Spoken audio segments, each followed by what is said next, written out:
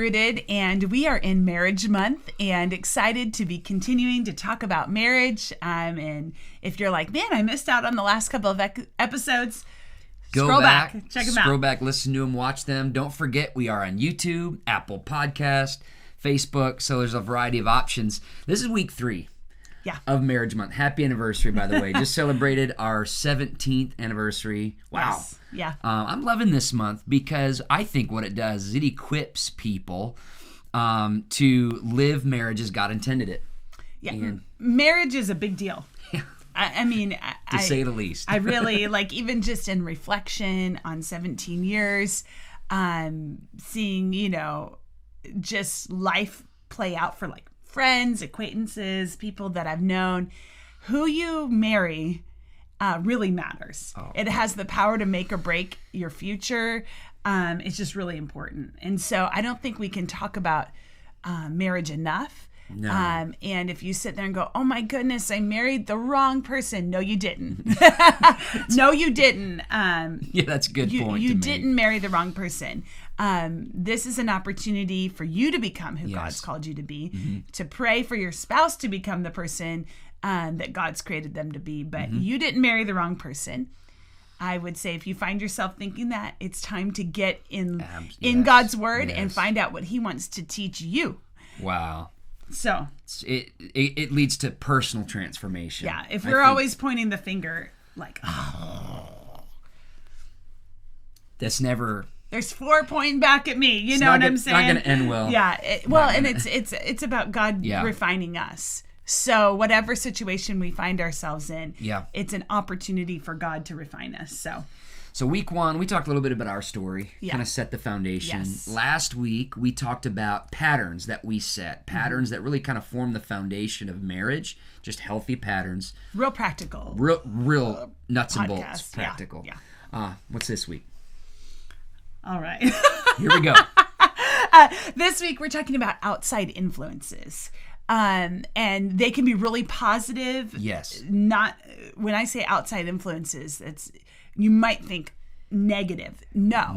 You're going to realize find out. as we talk about outside influences, they can be a negative thing, but it's really they're very positive things too. Yes. But how do you manage that in a marriage that is between two people, a husband and a wife?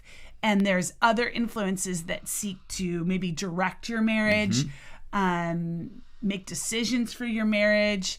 How do you deal with that? And I think before we kind of go into these, I think one thing we need to wrestle, just like you said earlier about marriage is about personal transformation. I think as we go into this, to resist the urge to blame the influence we're about ready to name and make sure to be a leader. Make sure to manage what we're about ready to talk about. Well, you'll know as we go through. And it's not just that. It's I think that's right. Manage it, but think correctly about it. Can we talk about number 1? Let's do number 1. So that it makes sense. It makes sense. Yes. Because we're kind of talking in theory. Yes. But number 1, an outside influence is work. Your job, your career, your work. Work is not bad. Work is good. Work is found in the Bible. And that's what I was trying to say, even as we were setting this up, that we have to think properly about our jobs. We have to think properly about our careers, about work, in order to understand how to manage that outside influence on your marriage. And can I say, work is not a result of the fall in Genesis chapter 3. That's what I'm saying. We have to think properly about it. Know what the Bible says. Work was instituted before humanity fell into sin. So work is God ordained. It's God given. I would say work is a blessing. So what we're coming from in this podcast, it is an outside influence, but work is a blessing. There's so many blessings that we could talk about that come from work. So the answer is not go quit your job and then just focus on your marriage. That's not the answer. Right. The answer is to think properly about work, which means not just think properly, line your view of work up with Scripture. Let Scripture inform how you view work. And work is not evil. Work is good. How do you manage this work-marriage work-life balance. We could probably do multiple podcasts, hours on hours, because I think this is such a need. Oh my! Or such right an here. issue. Yeah. Because what I hear, it's like you get two extremes. You get people who like literally throw themselves into their work, their career, and forsake their marriage. Yeah. And then they pay the price later on, if not right away. And then there are those who literally like hate work. They don't view work properly. They don't see work as sacred. They see work as maybe just something to clock in and clock out, or like just wait till the weekend and then or like avoid or avoid it during the week. Yeah, like I'm gonna go to work, shut the door, eat chips and salsa, and pretend like I'm working all day. That's a sin. So, what do you really feel about no, like we had work. You're exactly right. You're stealing from your employer, Yes. all these kind of things. So how do we view this? Yes. And work and marriage can work, can Absolutely. be effective. Absolutely. And so how do we manage this outside influence that's a blessing from the Lord? It's not bad. How do we manage this? And I think having work in its proper place is Yes. a way we manage Yes. it. I don't think we live to work. Like that's not our ultimate goal in life, is to be at our job. But God has given you your job to be effective, to further Right. the kingdom, like no matter what work it is. Right. It's kind of like people would probably maybe be listening and say, well, yeah, of course your job is to further the kingdom, you're pastors. At the But everything we do has the potential to be God-ordained sacred work, yes. no matter what, because that's God created us to do that. So how do we manage this? I would submit to you that it'll never be like this balance. Oh my. That is a fallacy. It's like Yes. think of a teeter-totter, Like or it will scales. never just be like never exactly. equal. There are going to be seasons, and I'm speaking from, we've been in full-time ministry for close to 20 years in the Yeah. sense of we were even doing this as single people, Right. and then together for 17. It will never just be equal. Like they're never like, okay, we work the exact same number of hours a week. We do this the exact same. Like there is ebb and flow. There are weeks where you get to the end of the week and it's like, wow, I'm spent, I'm exhausted. It's and maybe our marriage and work wasn't exactly balanced that week. right. But good thing it's not based on like, okay, well, that's how that week went. Because like in your job, unexpected things happen. You can't plan when somebody is going to pass away and there's a funeral and all the things that go along with So that. I can't answer the phone and say, I'm sorry, can't do that. I'm spending. We had a date night planned. We have a date night tomorrow night. No. There are things that happen, and it's the same as if you were a teacher at a school or things. Yeah. This week we have parent-teacher conferences at night. Oh, okay. There is some.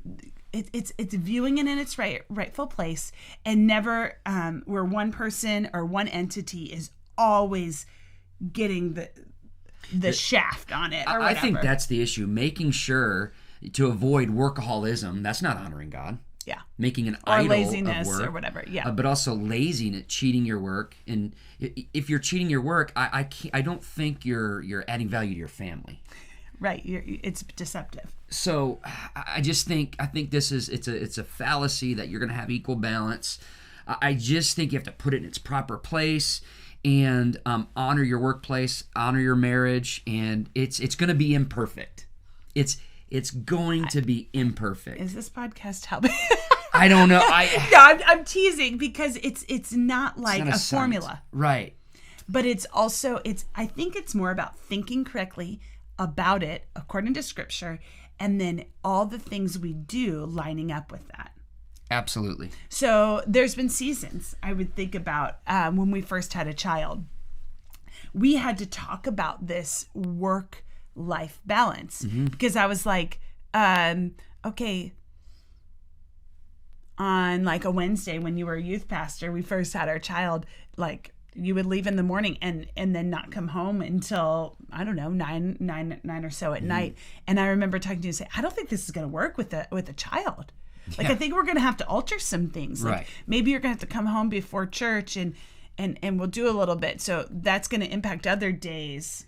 But we could eat dinner together before we go back to church. I mean, that's not how we had used to operate. Well, because seasons of life change. Right. And so you can't set it and forget it. Right. So we had to talk about it, adjust some things according to seasons of life. Yes, absolutely. So I think it's thinking properly, communicating with one another, understanding that work has the potential to drag you away from things that are maybe, at home at night. That's not always bad. If it's always happening, then you may need to adjust. Right.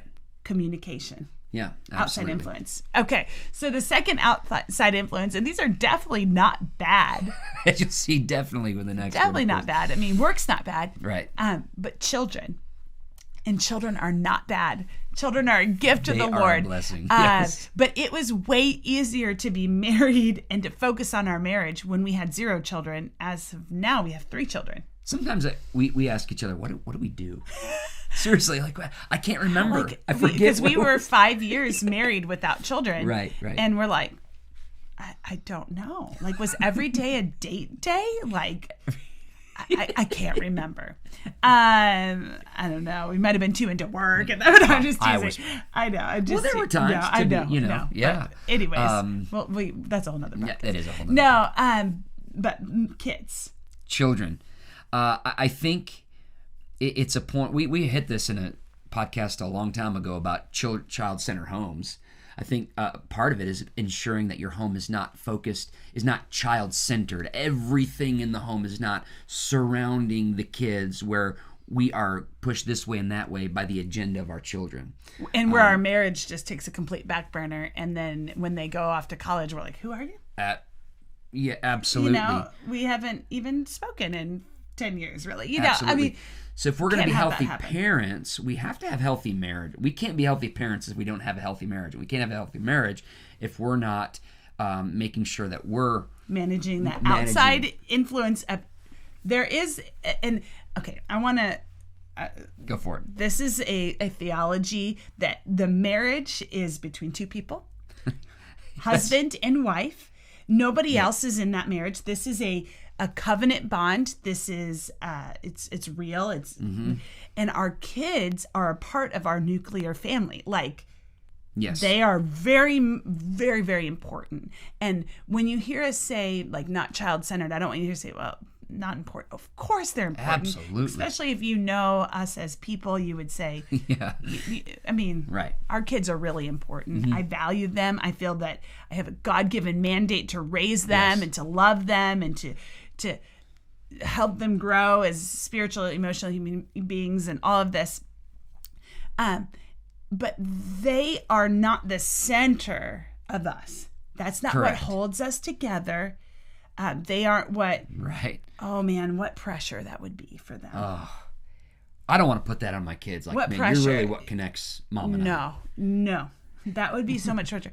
Now, I also don't advocate going to them and saying, listen, kids, this is the family, and you guys are out here. No, I listened to a podcast today, and I want to let you know you're not part of the nucleus. No, of they this are. home. That is like, oh my goodness. But they are not what holds us together. Absolutely. And we have to be like, in the season of life that we're in with 3 kids who are pretty demanding on like homework and practices and watch me dance and sing and it's pretty intense season. In that, like, we have to make sure that we manage them so that we have a relationship. And they're all, some would say, well, they're all part of the family. We're all, absolutely, but we're not all married.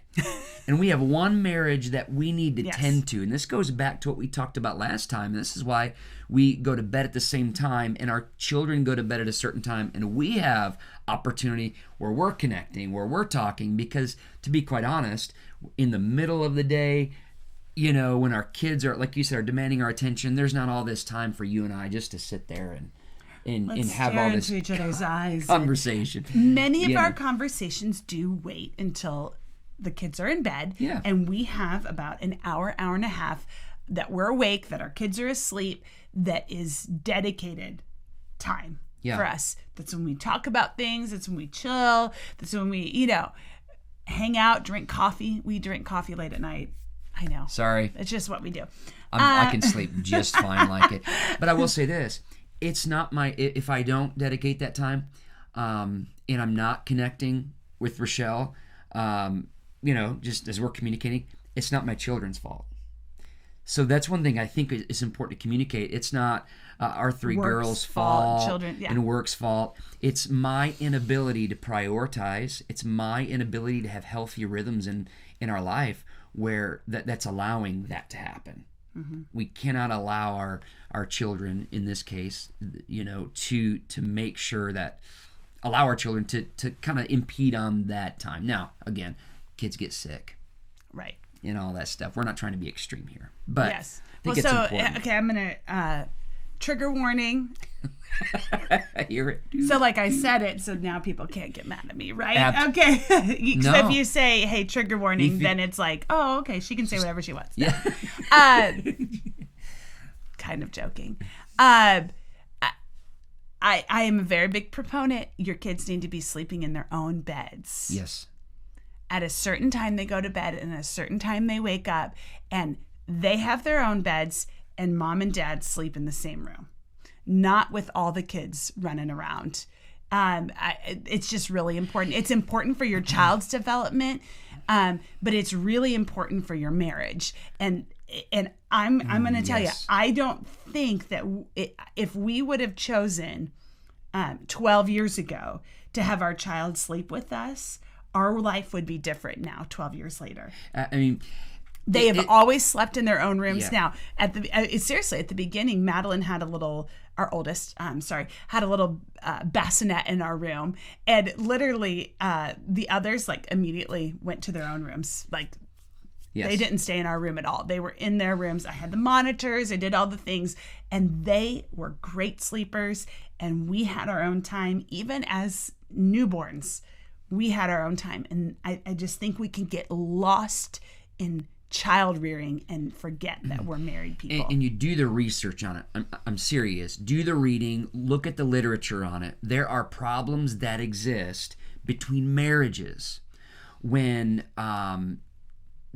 children are allowed to kind of invade that space, so to speak, of sleeping and things like that. And the difficulty about it is it's not always stated, because I think moms and dads, we want the best for our kids. We don't. Yes. And after a while, though, and this is super controversial, Jeff. I know. We're jumping into we are in deep water, shark-infested waters. But so should I get out of it? Should I get out of this? No, we can do it. I'm just saying you can unsubscribe to our podcast if you want. But our kids all sleep through the night. Yes. And we have a functional, healthy marriage. Yes. And I believe they have their space and we have our space, and that's really important things to teach kids. I want to make sure, I know this is all community, we're family, we're together, but there will be no family if there's not a healthy marriage. And I think we have to, that's a principle that we believe in. Yes. There will be no healthy family, potentially no family, if there's not a healthy marriage. Yes. We need to tend to and that. So that actually requires putting up some boundaries and things like that. So, trigger warning over. There we go. You can tune back in. That's okay. I'm used to people not agreeing with me. So there we go. So you got work as an outside influence, children. This next one's really easy.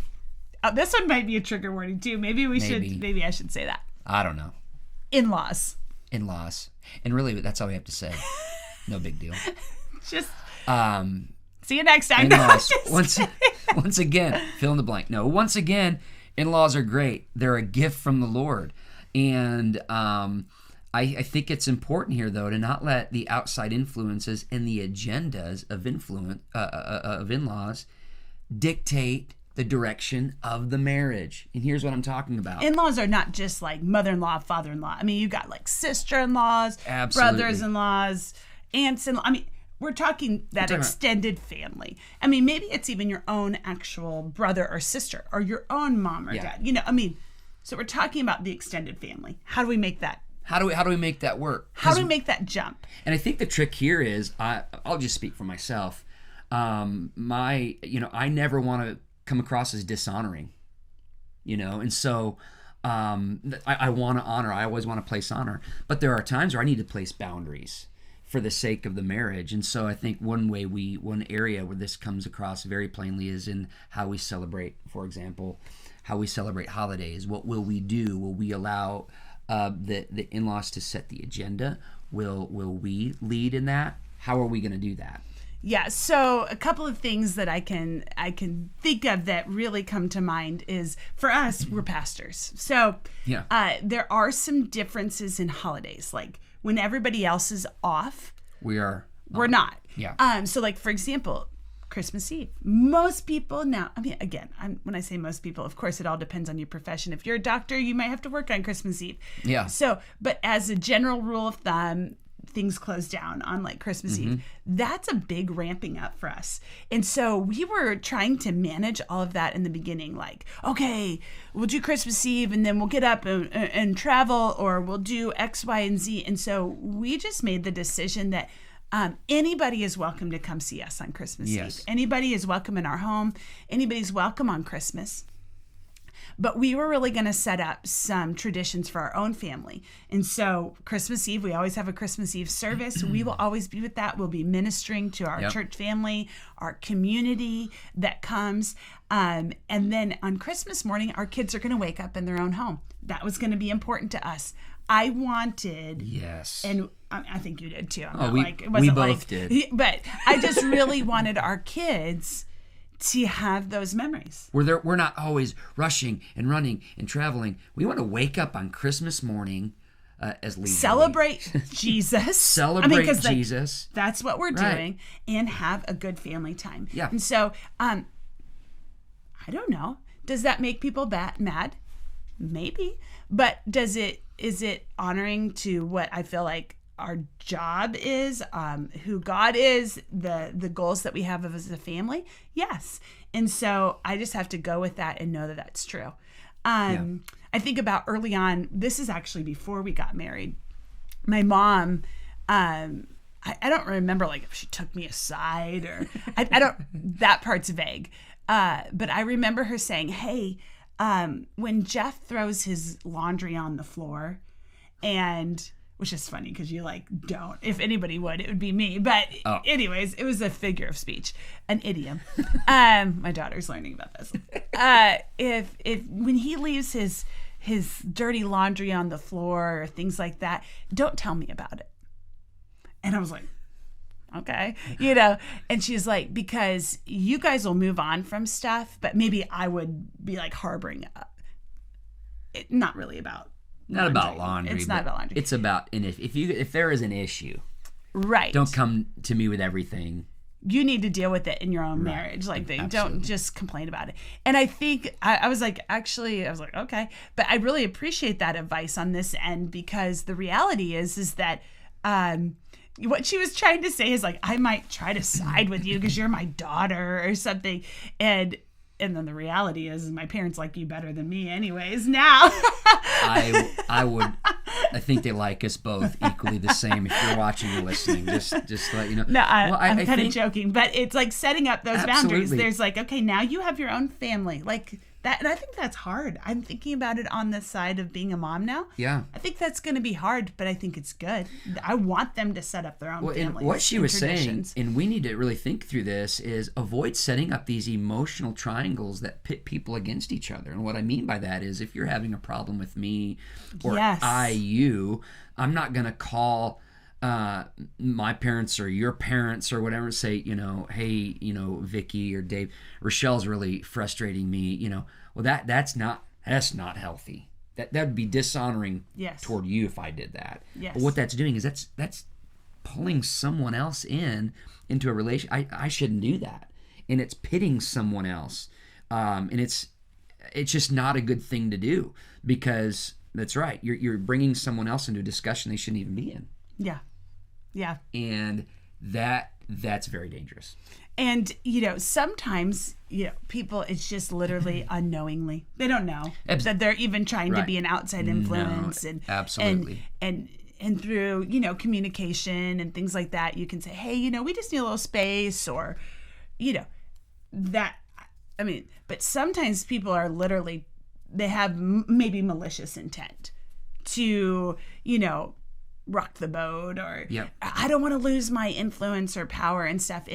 And one of the things that we've done, and we've heard this from actually Jimmy Evans, who does Marriage Today or something like that, talks about, if there's a problem within my family of origin, I talk to, family members that are maybe that we're having some conflict with. Right. If there's something in your family of origin, you go and talk to them. There tends to be an escalation if the other person is dealing with it. And I think, you have long history of dealing together, if you've been in a family. So I think that's some good advice that wasn't original to us, but we've tried to employ. So no, that's huge. And you keep saying something over and over that I think is important. There needs to be consistent communication, open door, where there's ability to disagree. There's ability to say, hey, what about this idea? Just a consistent communication between husband and wife, consistent communication between outside influences, work, children, in-laws. Communication is good. There needs to be that ability to communicate and to talk. Yeah. And in the end, things aren't always going to turn out rosy with these things. Yeah. Sometimes people get disappointed. Sometimes people get hurt. Sometimes people will act out on that hurt with these kind of situations. This is not a guarantee that, okay, if you manage this outside influence, then it'll all be perfect and everybody will want to celebrate on this day and everybody will be happy. I think it comes back to having a relationship with the Lord and say, okay, God, I want to honor you in my dealings with various family members. I want to honor the goals that I have with my spouse for holidays and things like that. And as long as I'm doing that, even if I disappoint people, I just have to live with that. I think being unafraid of disappointing people is a key thing. Because it's going to happen. It will I don't know how happen. to even really say I don't know. This is just a constant thing that I hear from people who are talking when they're getting married, or maybe they've been married for several years. They say things like, literally, I've heard this so many times. I don't want to go to 12 different places on Thanksgiving, but I can't let down auntie whatever. And in the end, they run themselves ragged, and then they aren't making traditions with their own children, and they feel guilty about that, and it's like this pattern that they can't get off. Yeah. And I want to tell you,